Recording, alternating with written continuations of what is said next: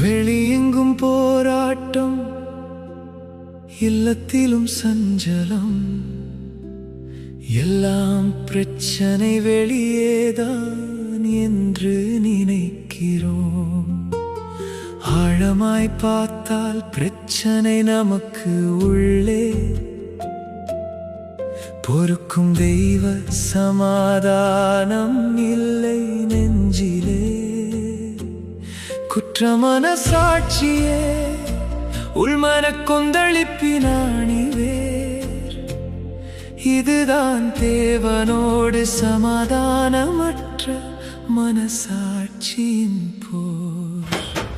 உண்மை சமாதானம் சிலுவையண்டை மட்டுமே, தேவனோடும் மனிதனோடும் சமாதானம் அங்கே மட்டுமே.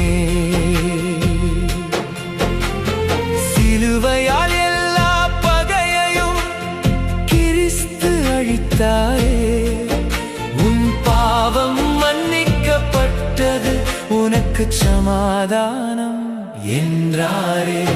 சிலுவையண்டை வா, மெய் சமாதானம் தேடி வா. சிலுவையண்டை வா, மெய் சமாதானம் தேடி வா.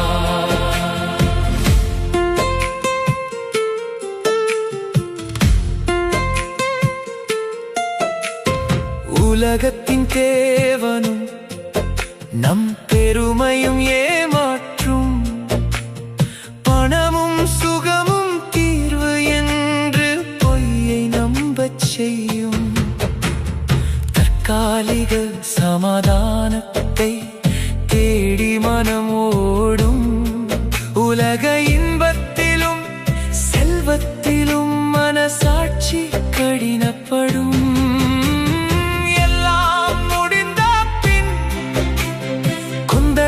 திரும்புமே மெய்யான ஆத்தும சமாதானம் உலகத்தில் இல்லையே. உண்மை சமாதானம் சிலுவையண்டை மட்டுமே, தேவனோடும் மனிதனோடும் சமாதானம் அங்கே மட்டுமே. சிலுவையால் எல்லா பகையையும் கிறிஸ்து அழித்தாரே, உன் பாவம் மன்னிக்கப்பட்டது, உனக்கு சமாதானம் என்றாரே. சிலுவையண்டை வா, மெய் சமாதானம் தேடி வா. சிலுவையண்டை வா, மெய் சமாதானம் தேடி வா.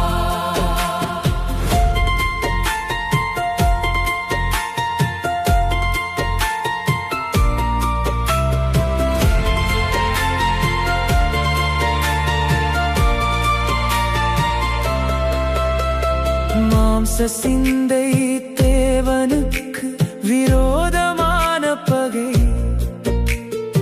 ஆதாமின் பாவத்தால் கீழ்ப்படிய முடியாத நிலை.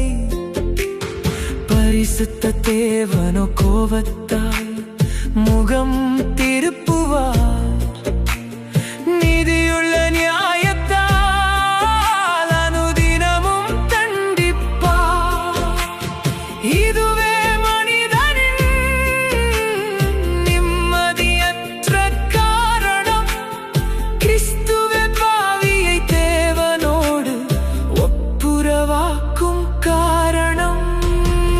சிலுவையண்டை வா, மெய் சமாதானம் தேடி வா.